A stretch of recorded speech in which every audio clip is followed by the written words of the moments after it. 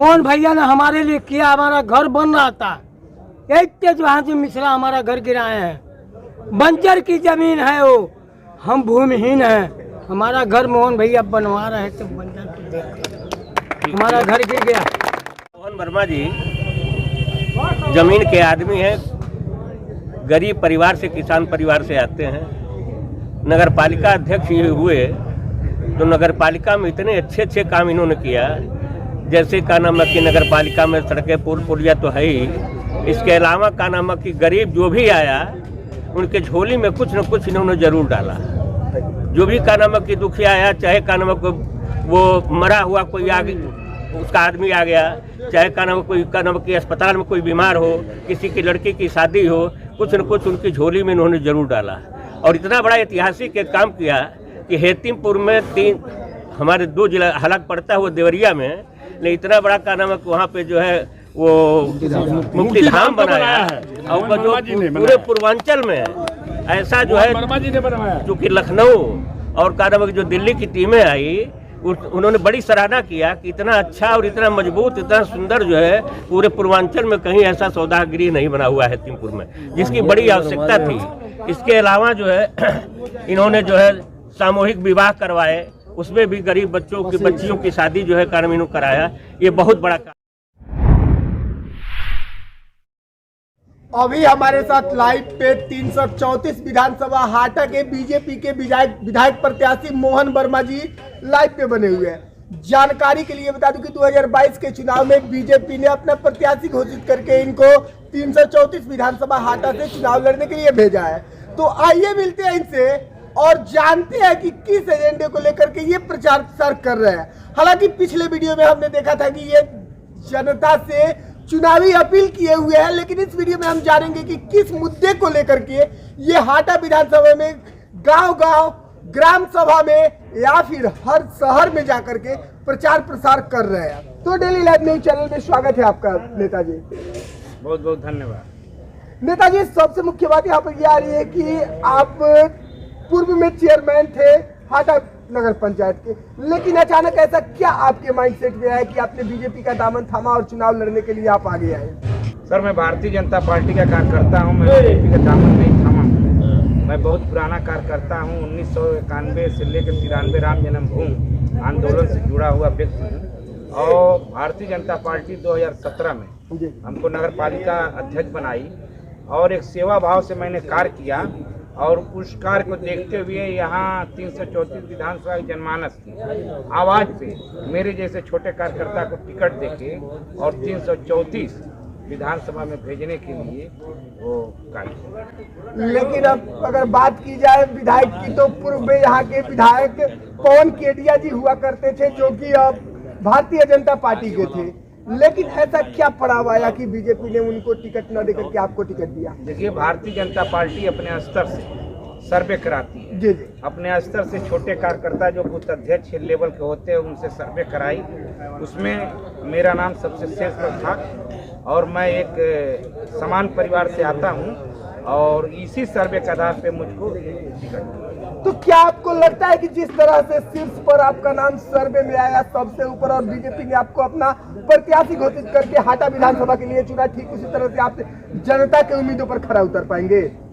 मैं नगर पालिका अध्यक्ष होते हुए भी जनता की उम्मीद पे खड़ा हूं, तभी तो सर्वे में जनता ने आवाज लगाई और हमको 334 विधानसभा में अगर विधायक बनता हूं तो मैं जनता की उम्मीदों पर एकदम आपको विश्वास दिलाता हूं, खड़ा हूं। आपके गाड़ी पे एक नारा लगा हुआ है, गुंडा राज भ्रष्टाचार पर किया प्रहार, यूपी में फिर एक बार भाजपा सरकार। तो आखिर जनता जो है पुनः फिर 2022 में भाजपा का ही सरकार बनाना क्यों चाहती है? देखिए, भारतीय जनता पार्टी की सरकार इसलिए पूरे प्रदेश में गुंडा माफियाओं का राज खत्म हो गया। आप देखे होंगे कि जितने गुंडा और माफिया थे वो या तो प्रदेश छोड़ के चले गए, नहीं तो जेल के अंदर हैं। और किसी प्रकार का ना किसी का मकान कब्जा करना, ना किसी प्रकार की गुंडागर्दी करना, और भारतीय जनता पार्टी के शासन में अमन चैन से पूरे उत्तर प्रदेश के जनमानस है, क्योंकि पिछले सरकार में गुंडागर्दी से लेकर अपहरण से लेकर बलात्कार से लेकर जो था वो सारा का सारा माननीय हमारे मुख्यमंत्री योगी जी के समय में सारे समाप्त कर दिए गए। सारे गुंडा या तो प्रदेश छोड़ के चले गए, नहीं जेल के अंदर। अभी हम लोग मोहन वर्मा जी से जानेंगे कि जो ये प्रचार प्रसार कर रहे हैं वो किस मुद्दे को लेकर के सर आप अपना प्रचार प्रसार में लगे हुए हैं।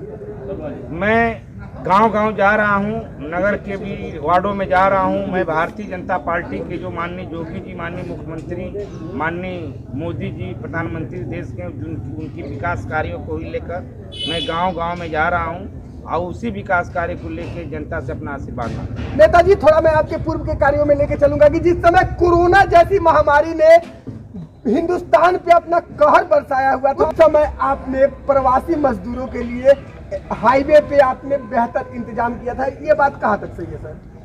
देखिए, कोरोना काल जैसे विपक्षी केवल कोरोना कोरोना कह के अपने घर में छिपे रहे, हम लोग जितने भारतीय जनता पार्टी के कार्यकर्ता हैं लगातार 62 दिन नेशनल हाईवे पे सेवा के भाव से हम लोग सेवा किए।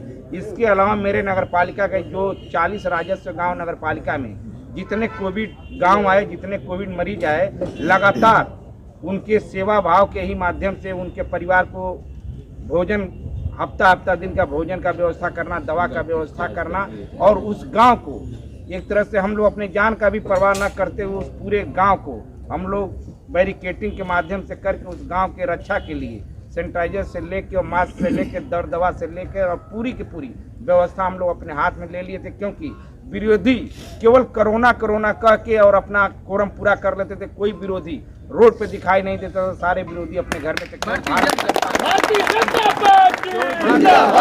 भारतीय जनता पार्टी के कार्यकर्ता ही सेवा भाव से कार्य करते रहे। मेरा एक यूथ जो नौजवान साथी थे वो एक अपना यूथ बना के लगातार 62 दिन अपने जान का परवाह न करते हुए अपने हाटा विधानसभा के बॉर्डर से लेकर टोल टेस्ट तक सारे व्यवस्थाएं करके, यहाँ तक उनको चप्पल पहनाने का भी, जो अगर प्रवासी पैदल जा रहे थे उनको चप्पल पहनाने से लेके अपने साधन से उनके घर भेजने का भी कार्य किया गया। उनके भोजन पानी के समुचित दवा तक का ही व्यवस्था पूरे हमारे नौजवान साथी रोड पे लेकर करते रहे।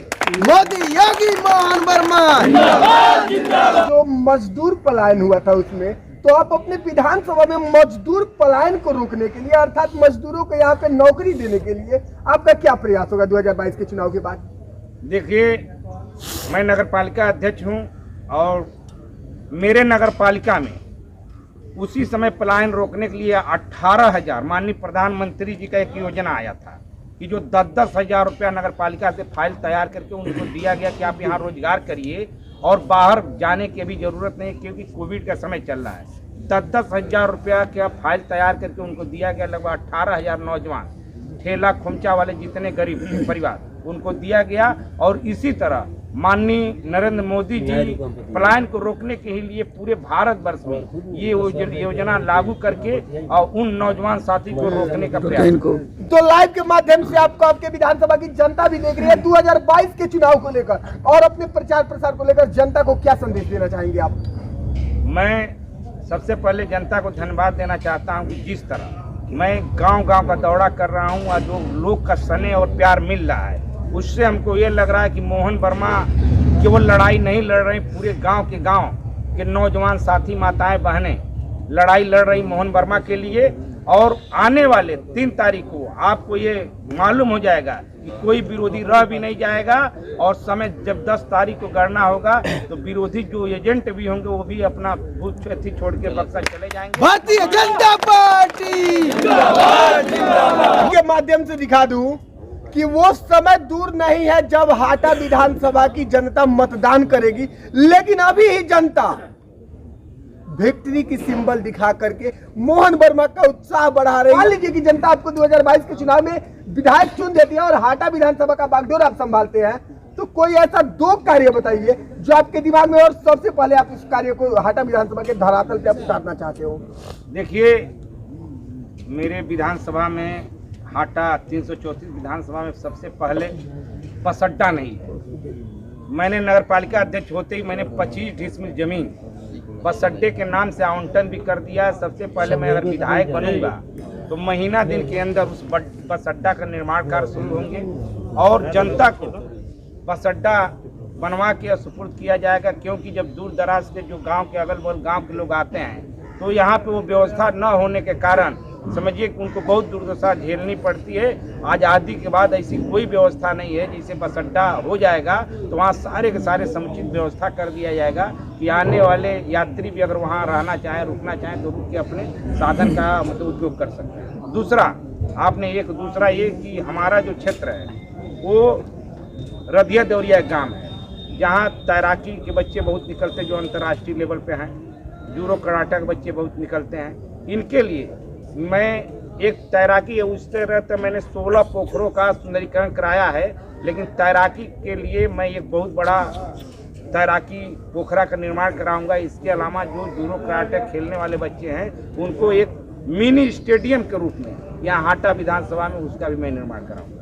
लाइव के माध्यम से बता दूं कि अभी अभी हम लोग रूबरू हो रहे थे 334 विधानसभा क्षेत्र हाटा के विधायक प्रत्याशी मोहन वर्मा जी से, जो कि भारतीय जनता पार्टी के उम्मीदवार है।